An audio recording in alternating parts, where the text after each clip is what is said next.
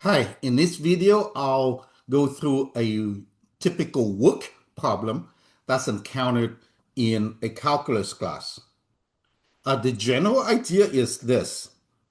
In physics, we learned that work is equal to force times distance. And in physics, we usually write the letter G for distance. But in this video, I'll use the letter X. Typically, you may either have metric units or imperial or American units. In metric units, force would be in newtons. Sometimes it's given in kilogram, in which case you have to multiply by some acceleration quantities, usually the gravity constant g, to make it into newton. And then x is in meter or centimeters or whatever you have to convert. In American or imperial units, this force would be in pound, distance would be in whatever distance, probably foot, and then the unit of work is just pound foot or foot pound. Before calculus, you just take F, you multiply by distance, and then you're done. In calculus, what happens is F changes with X. That means you have force as a function of X multiplied by X. Well, since F is a function of X, it's not a fixed value, so you cannot just multiply them. So what you do is you assume that for a very small change in X, this force up here, we treat it as constant. Then we can have that constant F, and we multiply by only that tiny little change in X dx. That gets you the work done to travel that tiny little distance, dw.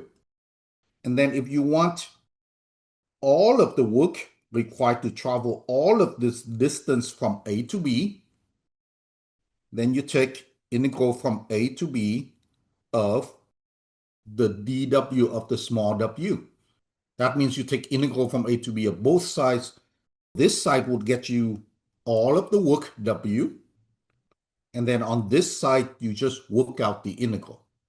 Yeah, that's the general approach. Let's now do a specific example. Here's our problem.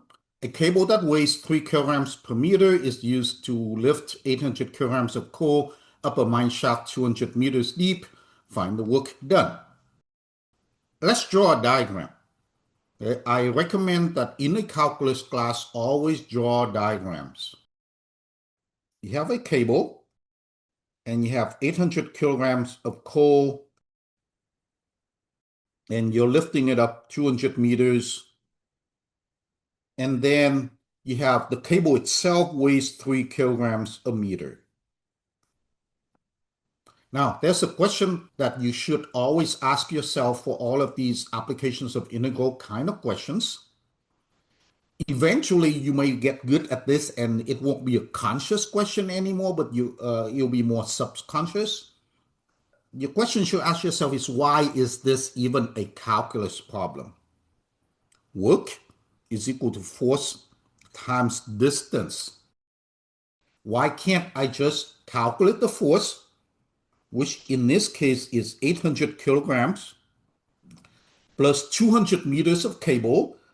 So that would be 3 kilograms times 200, that's 600 kilograms of cable.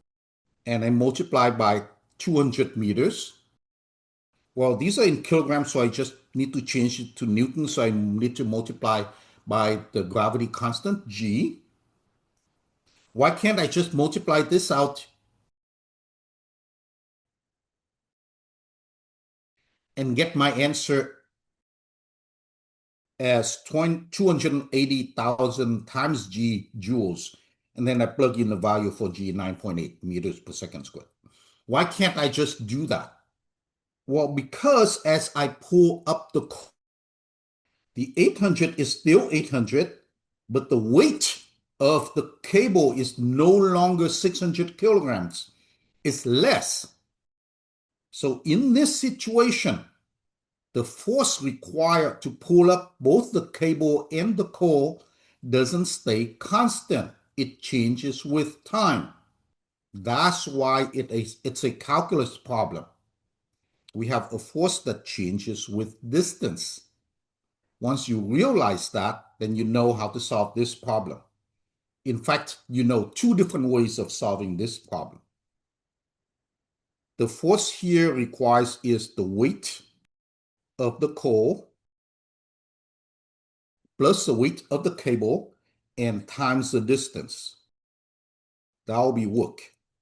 And this changes with distance because it's the weight of the cable that changes with distance, not the weight of the coil. The weight of the coil remains a constant. It's 800 kilograms no matter what. So here's where you could do two different ways. You could just deal with the weight of the coil, the work of lifting the coil all the way up to the top, deal with that separately because that's just a multiplication, and then worry about the cable later. That's the calculus part, right? That's the part where the force does not stay constant. Or you can put it together into one big formula where the whole force changes with time, including the constant element in it. And that will be two different ways of doing this. Just to make things simple, I would deal with the coil separately and get it done and over with. The work of lifting the coil is just 800 kilograms. So in Newton, it has to be 800 times G, whereas G is the gravitational constant, is approximately 9.8 meter per second squared. So it's 800 G times 200 meters.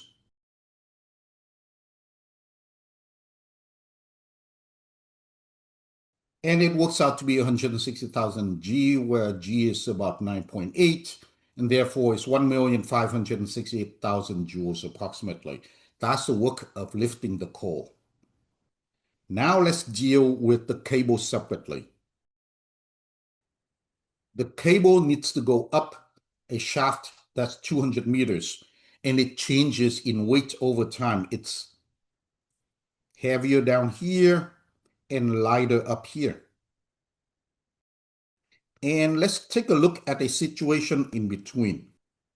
I have my x-axis going up like that, and I look at an arbitrary position of the cable somewhere in between. And I look at the formula for work, which is force times distance. What is the force? The force is the weight of the cable. How much does this cable weigh? The mass of it is 3 kilograms per meter, and the length of it is this much, and this much is 200 minus x. And therefore, the mass of it is 200 minus x times 3, and then the weight of it, I need to multiply by the constant g, and all of this is the force as a function of distance. And I imagine that if I travel a tiny little distance dx, then I can pretend that this f is constant, then can just multiply this by that tiny little distance dx to get my tiny little work done dw. And then to get all of the work done, I integrate from beginning to end. The beginning is at the bottom of the shaft at 0, and the end is at the top of the shaft, 200. Then I'm done setting up the integral. This total integral is the total work done. All I need to do is work this out. 3g is a constant, so I factor it out. Integral of 200 is 200x. Integral of x is x squared over 2. And it goes from 0 to 200.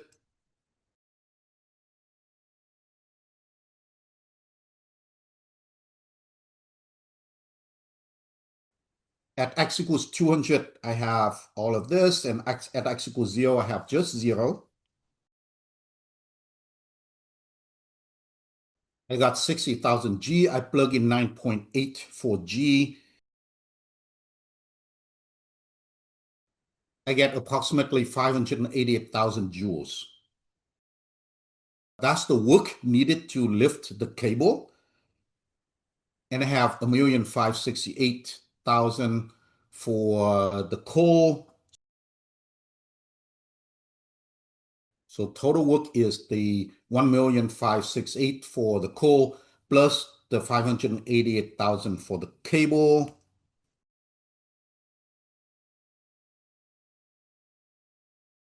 That should be an approximation. And the answer is 2,156,000 joules. To recap, what we start with is work is equal to force times distance. Force turns out to be a function of distance. So what we do is we imagine a small change in distance, which we call x. F is a function of x, then a small change in x. The work done is a small work dw, that is the force as a function of x times dot dx. And then if you want the whole thing, you just integrate from the start to the end. All right, hope that helps. Any questions or comments, ask in the comments section below. Like, share, and subscribe for more contents, and thanks for watching. Bye.